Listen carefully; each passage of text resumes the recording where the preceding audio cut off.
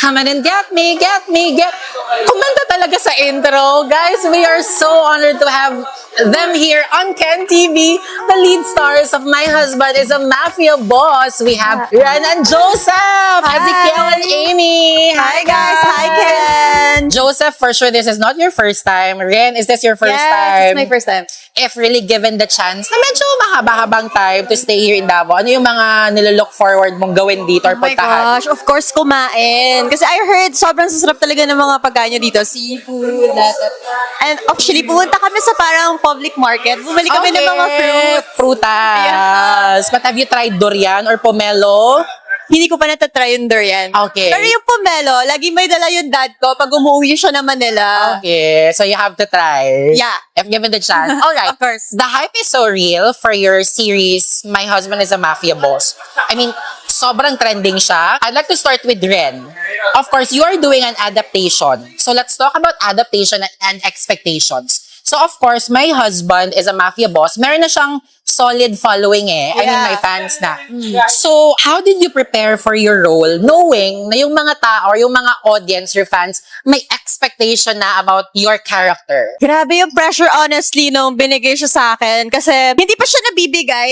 Ang dami nang nagko-comment before nung kaka-announce lang nung nasa Araneta sila about it. And then yung mga tao was commenting na. And then Amy Roswell. Dapat ikaw si Amy Roswell. So, nag-research na kaagad ako about doon. And na-realize ko na hindi kasi madali i-portray talaga yung character. And of course, 390 million Yes. reads, very well-known Wattpad book.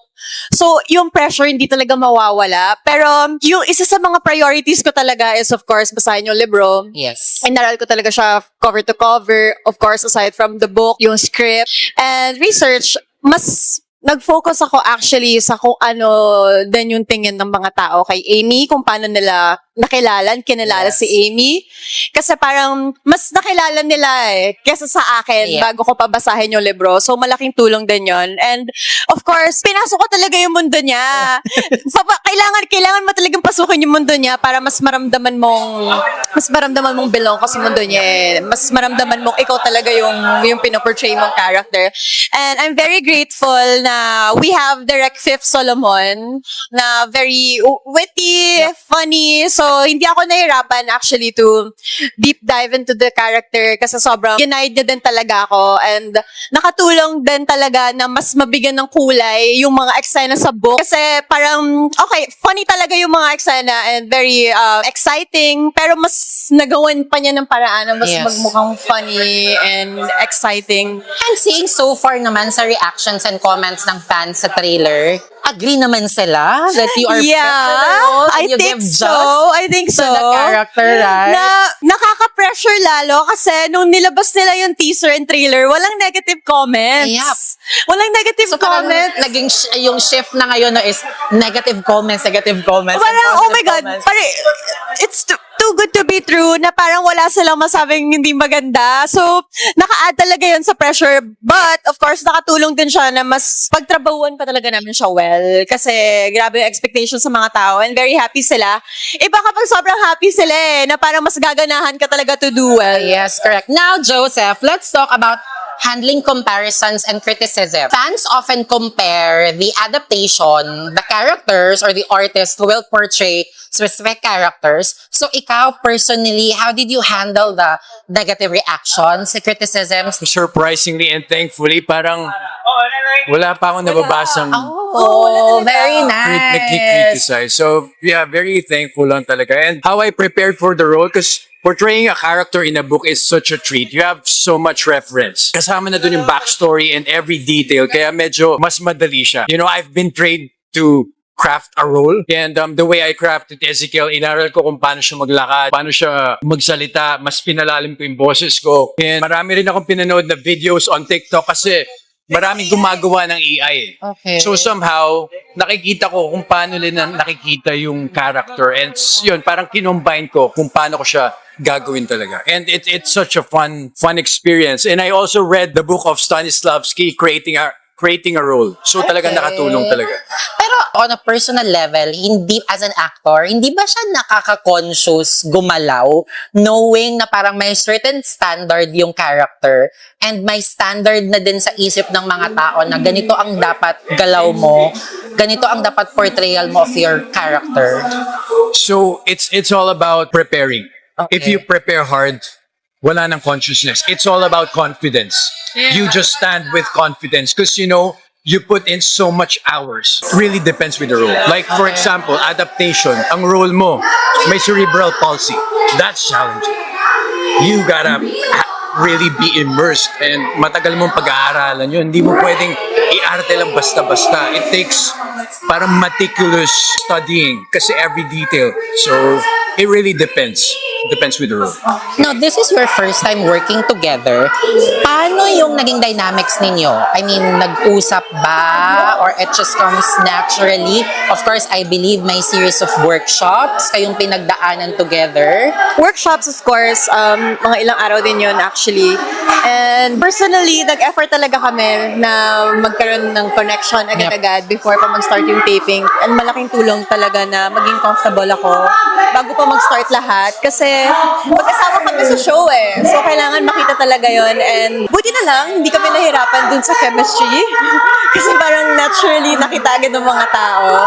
And yun, nag-aaral kami together, script, hindi pa nasa-start yung taping namin, as in sobrang hinimay-himay namin yung character together, nag-share kami ng mga thoughts and insights namin. So, nakatulong siya. To be honest, right, hindi ka ba na-intimidate working with Marco? I mean, of course, is a good actor. Ang dami niya ng mga pinagdaanang roles and characters also. During your first taping day, may parang ilang ba or na-awkward ka ba sa kanya or na-intimidate ka ba sa kanya? Siguro nung first meet up namin, parang, oh my God, parang, syempre Joseph Marco siya eh. And hindi naman niya ako kalala eh. So parang may ganong effect na parang, wala. Ayaw maniwala, oh. Oo, pero nung first taping na naman, sobrang comfortable ko na kasi sa kanya. So parang mas, andun yung consciousness, naku-conscious ako sa extent ako, kung paano ko ipoportray yung character ko, paano yung galaw, ganyan. Pero pagdating sa kanya, parang hindi masyado kasi, yun na, comfortable ako. And hindi naman niya pina-feel din talaga sa akin na mailang ako or ma-intimidate ako. Ito for Joseph. What we are seeing now sa trailer is of course yung mga killing scenes, yung mga interactions niyo together. But what's something in your series na bakit dapat talaga namin siyang panoorin? More than the killing. You know what? Wala nang gumagawa ng ganitong project ngayon. Meron nga kaming ginawa, I don't wanna spoil it to the point na parang nagmumukha siya minsang Bollywood. So imagine that kind of element. And it's comedy, action, romance, talagang halo-halo na. It's an easy to watch series. Alam mo yun, kahit na kumakain ka lang, hindi mo kailangan mag-isip talaga. So, para sa lahat talaga to. I'm just not sure about the curses. Kasi yung character ko, mapagmura. Yep. And yun yung sinabi nung Niana Loves You, which is the author na, sorry guys, kasi panay mura si Zeke. Kasi kung hindi magmumura, hindi na si Zeke yun. So, yeah, dapat talaga nilang abangan kasi lalo na sa mga nangyayari sa panahon ngayon, parang it's really gonna lift your spirits up. Yes. Ito, last na, for Joseph. Because you've grown in the traditional TV landscape. So now that there is really a shift to digital platforms and changing viewer habits, so ano yung take mo on that shift? You know what Bruce Lee said? Be water, my friend. So you just have to flow. Kahit ano pang challenges yan. And at the end of the day, yung mga experiences na yun, pwede mong magamit eh. It's like building your toolbox. So the more experience you have, the more techniques you can put on. So I'm just so excited kasi napansin ko ngayon, dumadami yung opportunities. Yes. Parang ang daming nagbubukasan lahat, which is good for, the actors kasi yung mga dating hindi nabibigyan ng opportunity, parang nakakatuwa, nagkakaroon sila ng break. Especially, I'm so happy for Ren, that she got this project. Abangan may performance na dito. Grabe.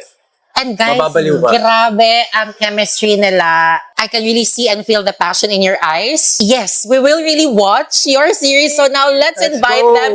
And how can they watch your series? Yes, of course, guys. Please download and subscribe Vivo One sa lahat ng Apple Store, Google Play. Download na kayo. Just only 99 pesos per month. And panoorin po natin sabay-sabay sa April 11. Sana 12 midnight para mas masaya sabay-sabay in punto alas 12, go na. Yes. Stream legally. Pinaka-importante sa lahat. Yes. Yes, especially to the Baweños and to Yeah. everybody. Binibigyan ko kayo. I dare you guys. Just try to watch the first episode. And then let's see kung magugustuhan nyo to.